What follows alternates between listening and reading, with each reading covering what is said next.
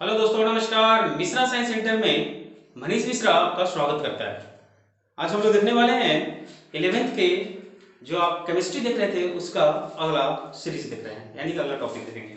वो टॉपिक जो होगा, हम लोग प्रीवियस वीडियो में जो देखे थे वो देखे थे रासायनिक संयोजन का नियम, जिसमें हम लोग 4 नियम को देख लिए थे। और ये जो है एक खास नियम है, वो समझिए कि रासायनिक संयोजन से ही रिलेटेड है। वो खास नियम का एक वीडियो अपलोड कर रहे हैं, जिसको हम लोग बोलेंगे गैसीय आयतन का नियम। ठीक है, गैसीय आयतन का नियम क्या होगा, कैसे एराइज किया गया, वो चीज हम लोग बताएंगे। बट सबसे पहले आपको एक कोटेशन जो कि आपके लिए मजेदार है, इसको जेहन में लाओगे। ठीक है, हौसलों के तरकस में, हौसलों के तरकस में कोशिश का वह तीर जिंदा रखो, हार जाओ चाहे जिंदगी में सब कुछ, हार जाओ जिंदगी में सब कुछ, मगर फिर से जीतने की उम्मीद जिंदा रखो। Thank you very much. आज हम लोग देखने वाले हैं गैसीय आयतन का नियम। ठीक है, तो हेडिंग है आपका गैसीय आयतन का नियम।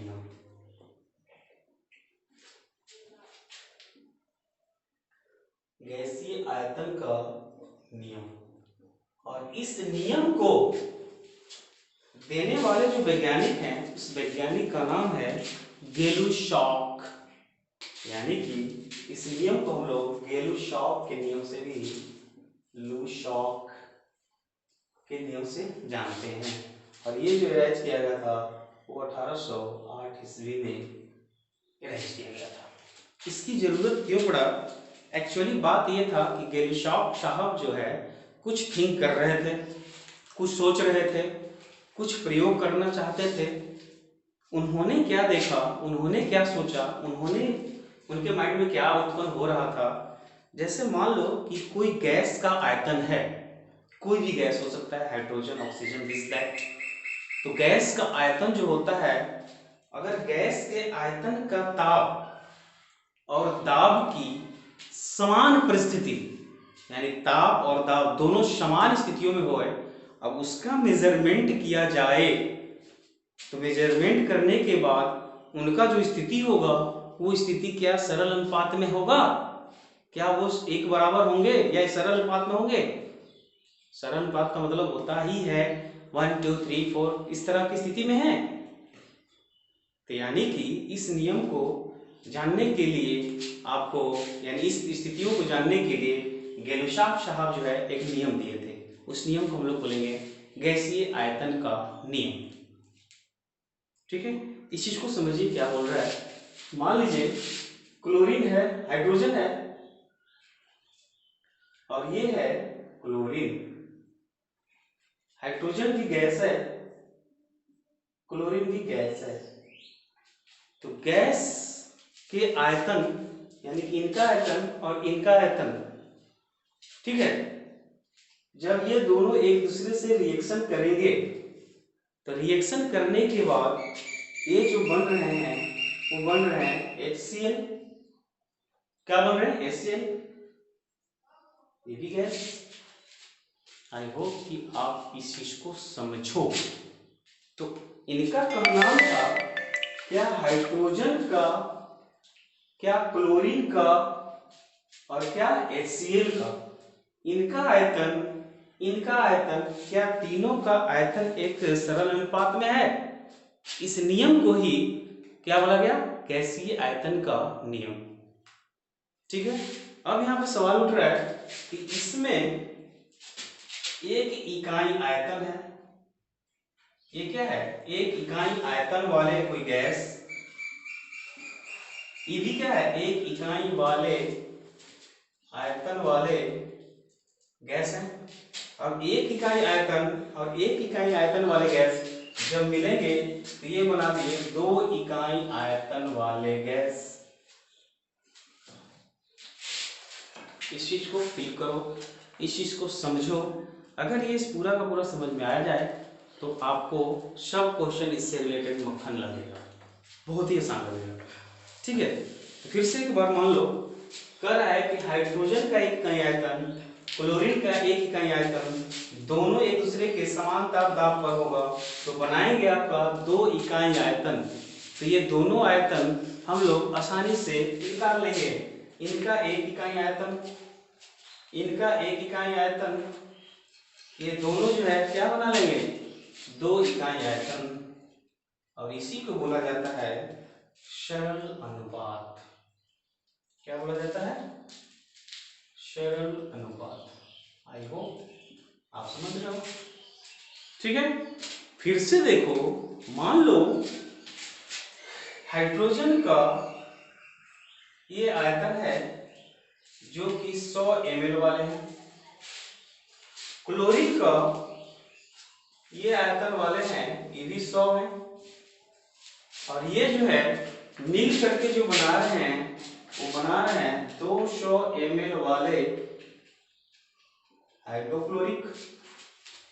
अब इसका अनुपात अगर आपको निकालना हो तो इनका 100 अनुपात इनका 100 इकाई, देखिए एक इकाई आयतन, यहाँ पे क्या होगा 100 इकाई आयतन, एक इकाई आयतन, इसका क्या होगा 100 इकाई आयतन, दोनों मिलेगा तो कितना 2 इकाई आयतन, तो इसका भी क्या होगा 200 इकाई आयतन। स्वाभाविक है कि 200 इकाई आयतन क्रिएट हो गया, ठीक है। ये इसको हम लोग कहेंगे सरल अनुपात। क्या कहेंगे, और ये जो है इसके बराबर होगा। फिर से इसको समझिए, मान लो ये जो है 100 ml का एक गैस है और अगला जो है 100 ml का गैस है, और दोनों 100 मिल करके बनाता है 200 ml वाले गैस, यानी कि इनका आयतन मिल करके बनाते हैं, अगला जो आयतन होगा वो दुगना होगा। यानी कि रिएक्शन से पहले का जो आयतन है वो रिएक्शन के बाद के आयतन का क्या होगा, दुगना होगा। यानी कि ये जितना होगा इसका जस्ट दुगना होगा। इसी को हम लोग बोलते हैं गैसीय आयतन का नियम, ठीक है। तो इसको हम लोग लैंग्वेज में लिख देते हैं, यहाँ पे लिख लो।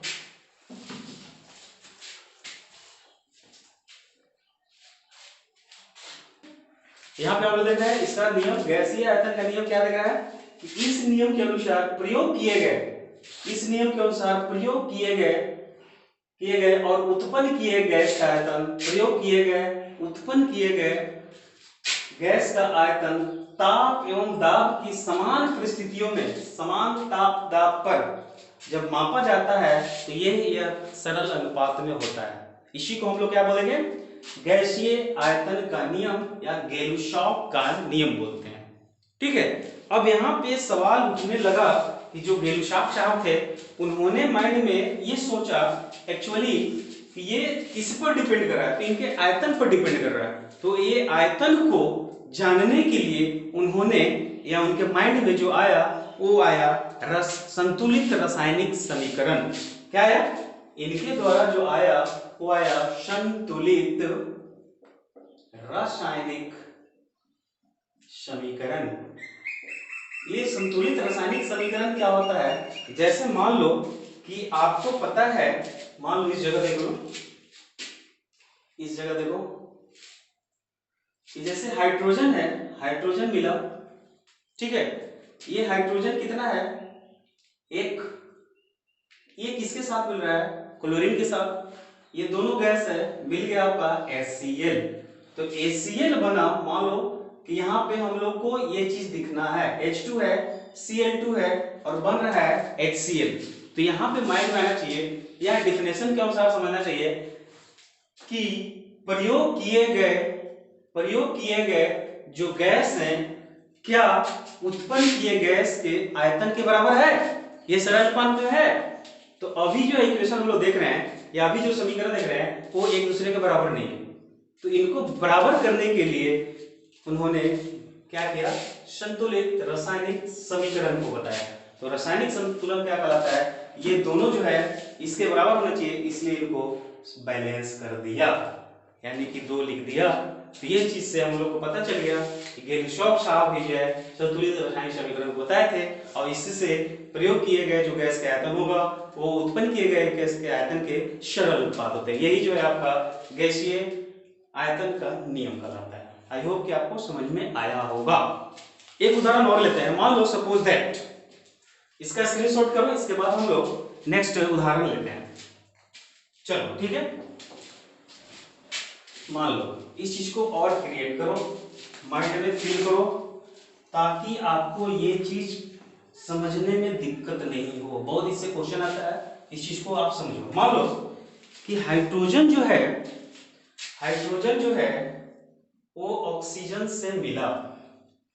हाइड्रोजन जो है क्या चीज से मिला? ऑक्सीजन से मिला। और ये जो है मिल करके बनाते हैं जल। क्या बनाते हैं? जल। तो यहां पे हम लोग कर सकते हैं, मान लो ये आपका ये स्थिति है, ये क्या है? ये स्थिति है। दो हाइड्रोजन इकाई वाले हाइड्रोजन, यहां पे लिख सकते हैं, यहां पे 2 इकाई आयतन है इसका। 2 इकाई आयतन, यानी कि इस हाइड्रोजन का आयतन कितना है? 2 इकाई। अगर 2 इकाई आयतन वाले हाइड्रोजन 1 इकाई वाले ऑक्सीजन से रिएक्शन करते हैं, तो जो आपका उत्पन्न होगा वो कितना होगा? 2 जो है 1 से क्या होगा? मिलेगा। तो मिलने के बाद बनाएगा 2 इकाई आयतन वाले एक और गैस बन गए। तो 2 इकाई आयतन बन गए, तो स्वाभाविक है कि यहाँ पे रूल लग गया संतुलित रासायनिक समीकरण का। तो संतुलित रासायनिक समीकरण ये है 4, ये है 2, यहाँ पे क्या है? ये 2 है, ये आपका 1 है। तो इसको संतुलित करने के लिए क्या करना होगा? यहाँ पे हम लोग बैलेंस कर दिए, 2 लिख दिए। तो ये आपका रिएक्शन कंप्लीट हो गया। अब इसका सरल अनुपात अगर हम लोग लिखेंगे तो हम लोग कहेंगे कि 2 इकाई आयतन जब 1 इकाई आयतन से मिलेगा, तो मिलने के बाद बनाएगा 2 इकाई आयतन वाले प्रोडक्ट। ठीक है, समझ में आ रहा होगा। और इसी को बोला जाता है सरल अनुपात। क्या बोलते हैं? सरल अनुपात। आई होप कि आप इस चीज को समझ रहे हो। फिर एक और उदाहरण ले लेते हैं। जब तक आपको समझ में नहीं आता है तब तक हम उदाहरण लेते रहेंगे। लास्ट में आपको उधर से कमेंट कर देना होगा कि समझ में आ गया। ठीक है, तो यहाँ पे देखिए, मान लो कि नाइट्रोजन है N2। नाइट्रोजन क्या है? N2। अब ये जो है बना रहा है, यानी हाइड्रोजन से मिल रहा है, बनाने के बाद मिल रहा है आपका NH3। क्या मिला? अमोनिया। नाइट्रोजन हाइड्रोजन से अभिक्रिया करके क्या बनाएगा? अमोनिया बनाएगा। तो यहाँ पे हम कह सकते हैं कि नाइट्रोजन जो है कितना इकाई आयतन है? तो इसका जो आयतन है 1 इकाई आयतन है। आयतन कितना है? 1 इकाई। वो कितने हाइड्रोजन आयतन वाले से रिएक्शन कर रहा है? तो यहाँ पे लिखेंगे कि 3 इकाई आयतन वाले से रिएक्शन कर रहा है। तो ये कितने अमोनिया बना रहा है? कितने अमोनिया आयतन जो है उत्पन्न कर रहा है? स्वाभाविक है 1 इकाई आयतन, 3 इकाई आयतन। तो यहाँ पे जो होगा 2 इकाई आयतन अमोनिया बनाएगा। तो यहाँ पे लिख लेंगे 2 इकाई आयतन अमोनिया तैयार हो गया। अब इससे जो उत्पन्न हुआ रेशियो, वो रेशियो आ गया 1:3:2।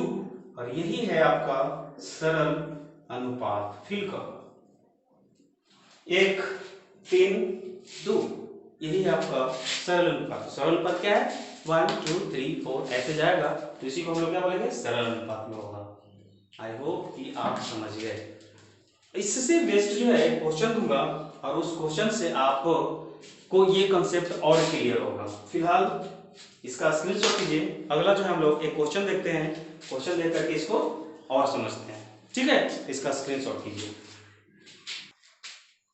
क्वेश्चन है आपका कि अभिक्रिया H2Cl2 ये जो है बना रहा है 2HCl। ये अभिक्रिया कि यदि इस अभिक्रिया के यदि 40 ml हाइड्रोजन, ये कितना है? 40 ml हाइड्रोजन क्लोरीन से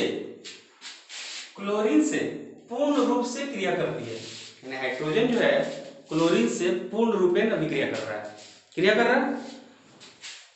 तो क्लोरीन का आवश्यक आयतन क्या होगा ये बताना है। यानी कि हाइड्रोजन जो है 40 ml हाइड्रोजन जो है कितना क्लोरीन से मिलेगा ये निकालना है, तथा जो HCl बना वो HCl जो है का आयतन क्या होगा, ये चीज जानना है। तो बहुत ही आसान है, इसको सॉल्व करते हैं। देखिए ये आपका H2Cl2 बनेगा 2HCl फाइनल।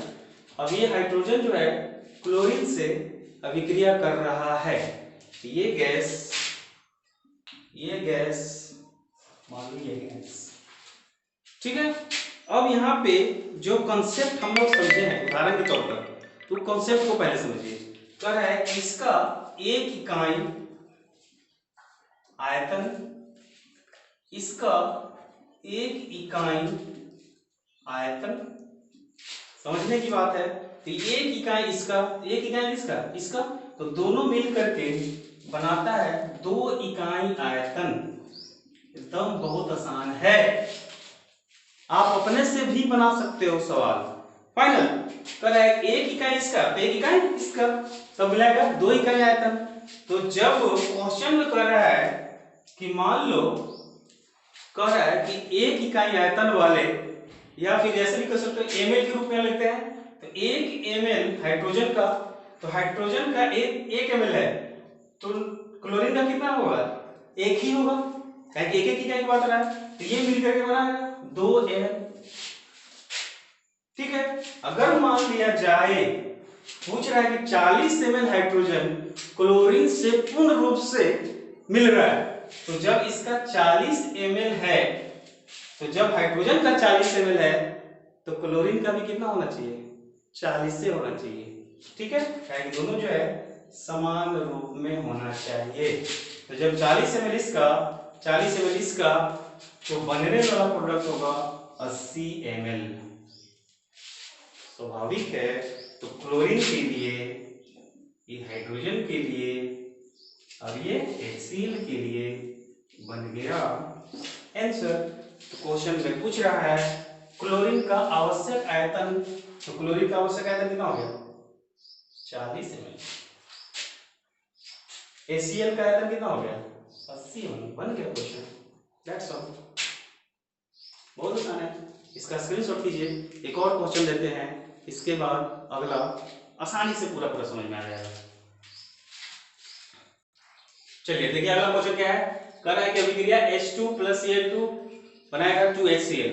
अब कह रहा है इस अभिक्रिया के लिए यदि प्रारंभ में 20 ml H2 कितना होना चाहिए, 20 ml, तथा 30 ml Cl2, 20 ml H2 30 ml Cl2 लिए गए हों, ठीक है। तो बने हुए HCl जो प्रोडक्ट बना तथा Cl2 के लिए अक्रियाशील भाग का आयतन ज्ञात करना है। तो बहुत ही आसान क्वेश्चन है और इसको हम लोग मक्खन की तरह समझ जाएंगे। अगर ये आपको टॉपिक समझ में नहीं आया होगा तो आप जरूर कमेंट करो, समझ में आ रहा है फिर भी करो, ताकि हमको ये चीज का अंदाजा लगे, ठीक है। देखिएगा कितना आसान क्वेश्चन है। H2Cl2 मिलेगा, बना HCl। कॉन्सेप्ट में एक इकाई आयतन इसका है, इसका भी कितना होना चाहिए, एक इकाई आयतन ही होना चाहिए, और ये मिल करके बना दिया 2 इकाई आयतन। फाइनल, ठीक है। अगर ये चीज से समझ नहीं रहे हो तो यहाँ पे लिख लो, मान लो कि हाइड्रोजन का आयतन जो है 1 ml है, तो जब 1 ml हाइड्रोजन है तो 1 ml भी इसी का होगा, क्लोरीन का भी होगा, ये मिल करके बनाएगा 2 ml HCl बनाया।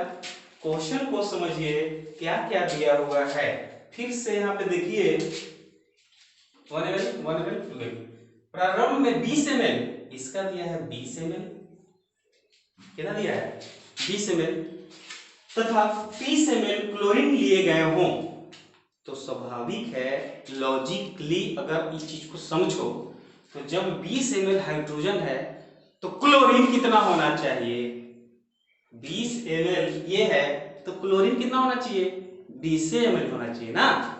तो यहाँ पे 20 ml क्लोरीन होना चाहिए। तो जब 20 ml ये है, 20 ml ये है, तो जो प्रोडक्ट बनेगा वो 40 ml का HCl बना, अब यहाँ पे पूछ रहा है कि जो बने हुए HCl हैं तथा Cl2 के अक्रियाशील भाग जो क्रिया नहीं किया, स्वाभाविक है ये आपका 20 ml दिया हुआ था 30 ml, तो 30 में से 20 घटाएंगे तो 10 ml Cl2 जो है वो बिना अभिक्रिया किए खत्म हो गया। तो आंसर हुआ आपका 10 ml Cl2 बिना अभिक्रिया हुए समाप्त हो गए, क्या खत्म हो गए। आई होप समझ में आ रहा है। 10 ml जो है वो अभिक्रिया ही नहीं करेगा, वो समाप्त हो जाएगा। कंसेप्ट यही है, गैसीय आयतन का कंसेप्ट यही है कि जितना आपका प्रारंभ में लिए हैं वो क्या करेगा, वो अगला से उतना ही आयतन से रिएक्शन करेगा और रिएक्शन करके इससे जस्ट दुगना प्रोडक्ट बनाएगा। और यही जो है गैसीय आयतन का नियम है। तो ये था आपका गैसीय आयतन का नियम से संबंधित क्वेश्चन। और इस कंसेप्ट को अगर आप पसंद कर रहे हो तो गुरु दक्षिणा यही है कि आप अभी के अभी लाइक करो, कमेंट करो, नए हैं तो सब्सक्राइब करो। मनीष मिश्रा आपके साथ है। थैंक यू, धन्यवाद, बेस्ट ऑफ लक।